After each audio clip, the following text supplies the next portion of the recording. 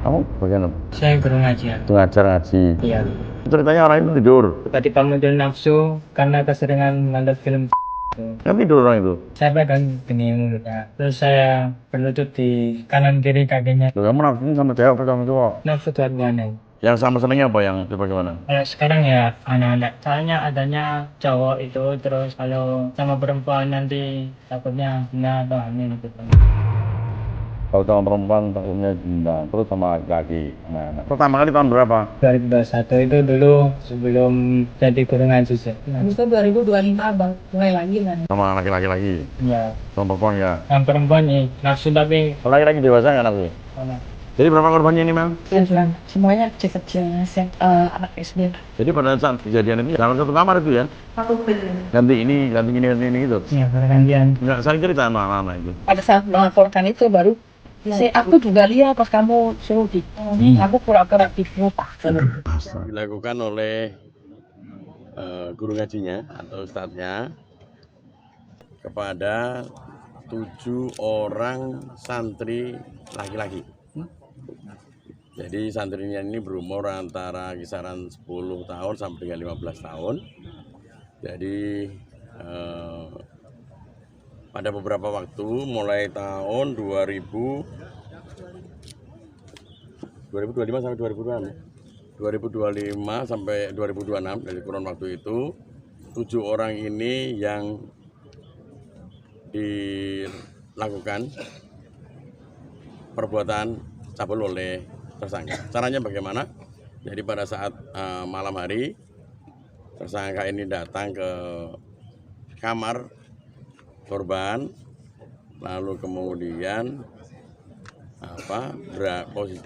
posisinya itu mengangkangi korban yang sedang tidur gitu ya, terus kemudian minta untuk dilakukan oral seks. Nah, sebenarnya korban-korban yang lain itu ada yang tahu juga gitu, tapi memang sama-sama semuanya tidak berani ngomong karena memang takut. Nah, setelah satu orang speak up dan lapor, baru kemudian yang lainnya menyampaikan bahwa ya sebenarnya juga saya tahu itu kebalikannya, saya juga tahu waktu kamu jadi itu. Kemudian kita sudah lakukan langkah-langkah cepat untuk melakukan penangkapan dan juga proses hukum terhadap tersangka.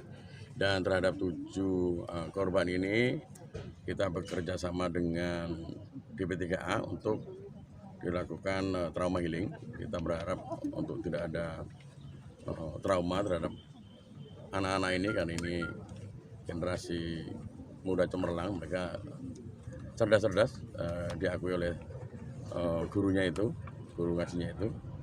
Dan juga kita sudah menitip kepada orang tuanya tentang langkah-langkah yang harus dilakukan supaya membantu proses percepatan dari trauma psikologis yang dialami anak.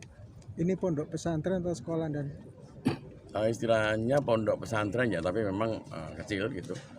Dan anak-anak ini sebenarnya bukan anak-anak yang tinggal menetap, tetapi adalah anak-anak yang mondok secara hanya per mingguan. Jadi setiap hari Kamis sampai dengan hari Minggu itu mereka menginap di situ, selebihnya mereka tinggal dengan orang tuanya. Jadi tidak full selama 7 hari itu, enggak, hanya Kamis malam. Siap, habis pulang sekolah kan? Habis pulang. Sampai dengan Minggu. Ulangi, sorry. Hari Jumat malam, bukan Kamis malam. Jadi Jumat malam sampai dengan Minggu. Jadi semacam kayak pesantren kilat gitu lah. Aktivitas menyimpangnya ya dilakukan di lokasi situ. Iya, dilakukan di lokasi. Jadi yang bersangkutan melihat kalau situasi sepi malam, itu ke kamar, masuk ke kamar korban, terus meminta itu tadi oral seks, dan korbannya memang semuanya santri laki-laki. Untuk modusnya sendiri seperti apa? Ya modusnya itu tadi masuk kamar, kemudian dia langsung buka celana, langsung memaksa korban untuk melakukan oral seks itu. Meskipun di sebelahnya itu ada kawannya, tapi kawannya ya karena takut kan, jadi kemarin menyampaikan saya juga pura-pura tidur karena saya takut, padahal saya tahu gitu. Download Tribun X sekarang, menghadirkan lokal menjadi Indonesia.